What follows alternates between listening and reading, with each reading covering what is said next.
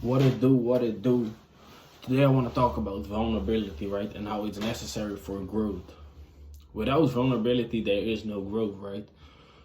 Vulnerability is our capacity to be heard, right? And that sounds scary, right? Because nobody wants to be hurt. But it's actually not that big. Vulnerability is in everything that requires taking a risk, right? And you've already know that, right? Without the risk, there is no reward, right? But the thing with vulnerability is there are things that will stop you from being vulnerable, right? And the thing that stops you from being vulnerable is trauma, right? Because what happens when we're traumatized is trauma is not necessarily the bad event, right? It's the wound that gets left behind from the bad event, right? So what happens, we have a wound, right? And that wound is oftentimes, it leaves a wound within our psyche, right? It changes the way we think, the way we feel, the way we act, everything, right? So what will happen is trauma leaves behind the wound, and we will do everything to not be reminded about that wound. So we stop being vulnerable, right? Because vulnerability, we start to control the trauma. And through that, we stop being vulnerable. We start doing things that have no risks. But without that, we stop growing and we stop living life to our fullest capacity, right? And a good example of that is, for example, approaching a girl, right? That's being vulnerable, right? Because you can get rejected, right? You can get rejected and she might tell you like, no, I don't want to hear nothing from you, right? But for the person who's traumatized, that will it's like poking a stick within that wound, right? And it actually has nothing to do with the girl rejecting him, but it will have everything to do with the trauma. And because it's an open wound, and every situation that requires you being vulnerable is like a stick poking within it, right? And it leaves behind a lot of things, right? Because vulnerability comes through in a lot of ways, right? And the biggest example of that is not allowing people to help us, right? And that's probably your biggest enemy when you're on your road to success. Because the moment you stop allowing people to help you, you stop growing. Because other people encountered the same issues as you and they already have solved it, but because you don't want to be vulnerable, you won't ask them for advice, or you won't let them help you through a lot of ways. Like buying courses is the same thing, right? During my first part of my journey, I had problems with buying courses. I was like, nah, they just gonna scam me. But it had actually nothing to do with the person. It was my inability to be vulnerable. I didn't want to put my trust in a person and be like, okay, I will be vulnerable towards you so that you can maybe teach me something, right? So as soon as you stop doing that, you stop growing. So that's the biggest trap you will come across, right? Come along during your journey, your inability to be vulnerable. And even open-mindedness, right? Open-mindedness is basically mental vulnerability. Open-mindedness is, okay, I don't know everything, right? But for the person who is traumatized, he won't do that. Because now he's actually saying, like, for a person who's traumatized, that feels like hurt, because he is basically saying like, okay, I'm less than you, you teach me something, and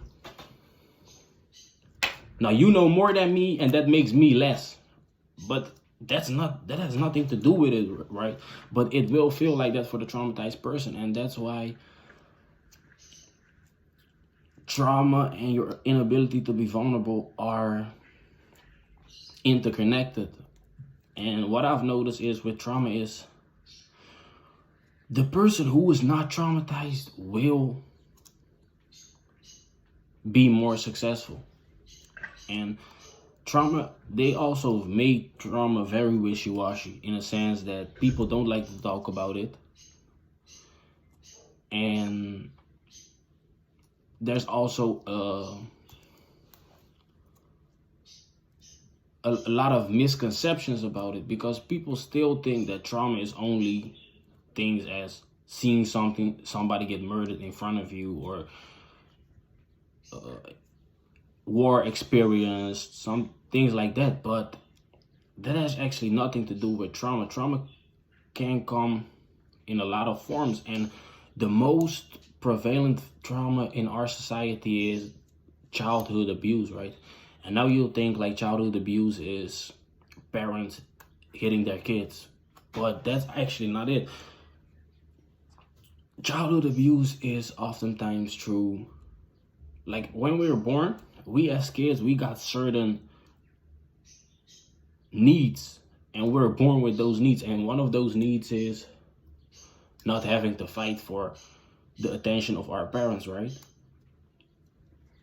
And receiving unconditional love, having the ability to play freely, things like that.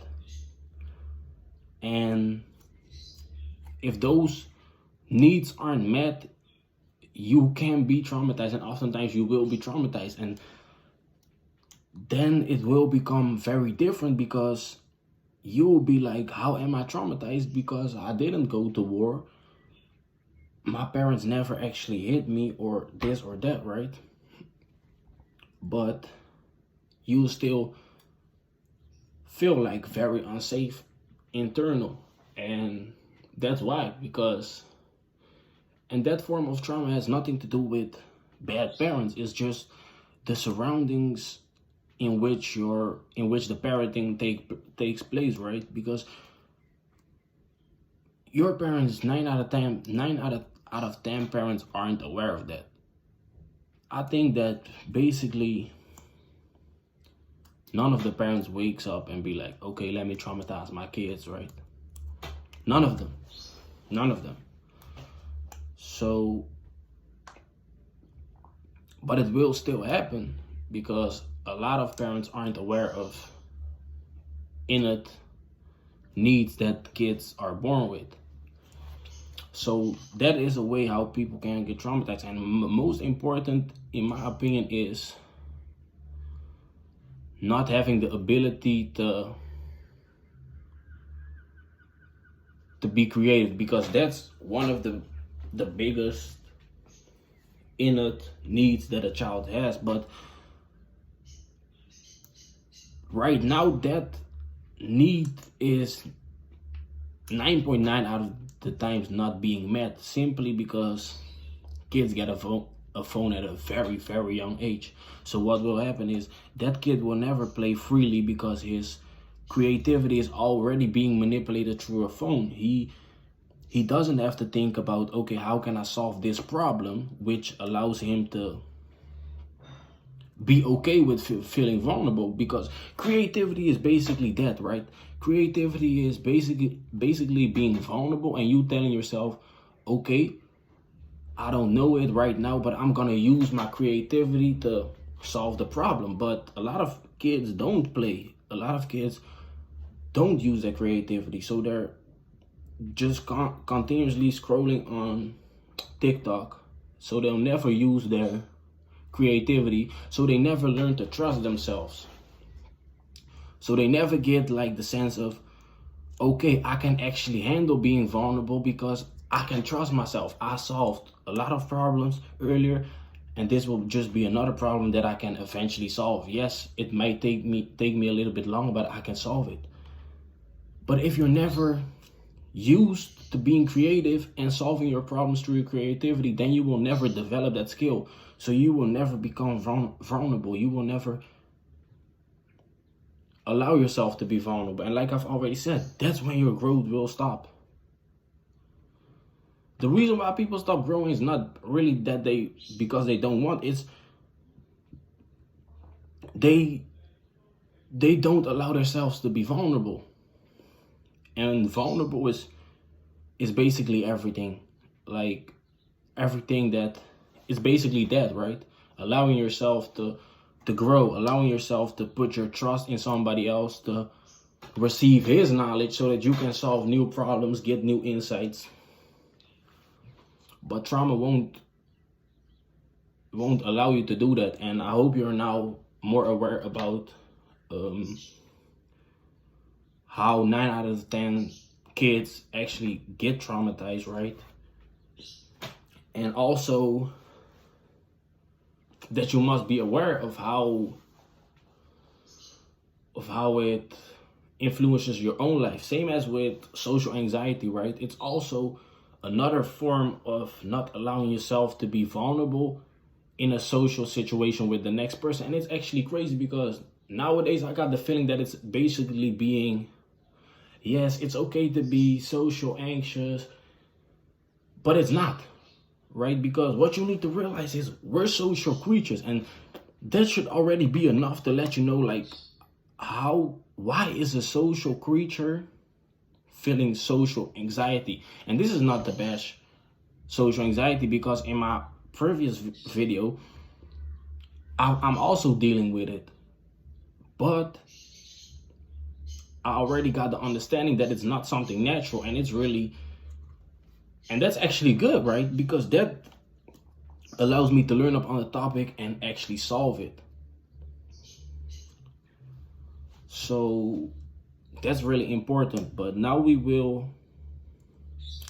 start talking about ways to start being vulnerable, and through that you will automatically, slowly but surely,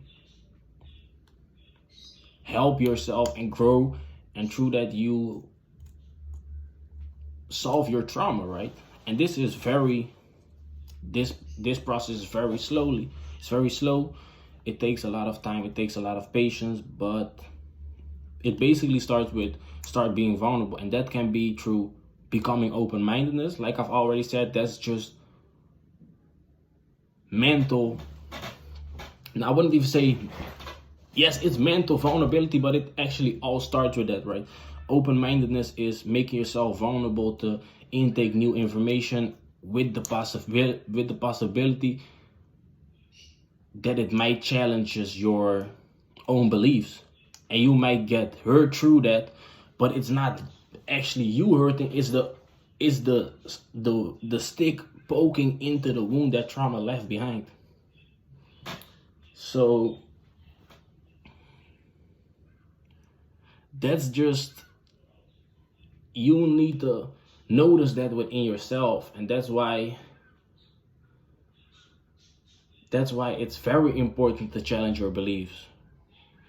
If there is something right now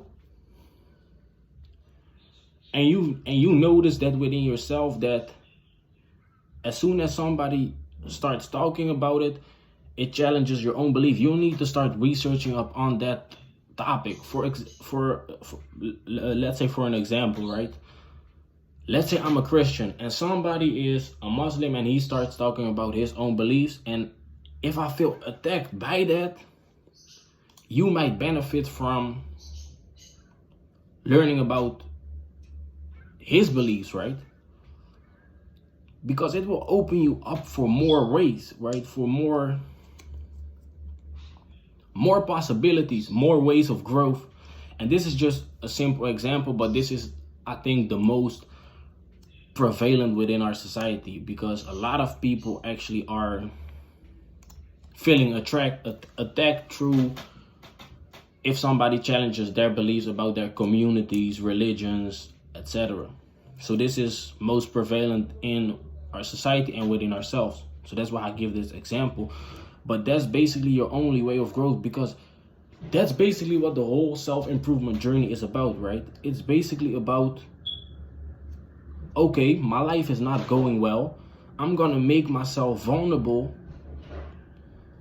and start reading about a book to potentially gain new insights so that I can improve my life. And that's the whole core of self-improvement, making yourself vulnerable to improve your life. And that's why I say, without vulnerability, there is no growth. And trauma stops you from accessing your vulnerability and be vulnerable. And in that way, it stops you from growing. So find out for yourself what's challenging your beliefs and grow through researching up on the topics that challenge your belief. And with that being said, I'm out. Stay improving. You know it.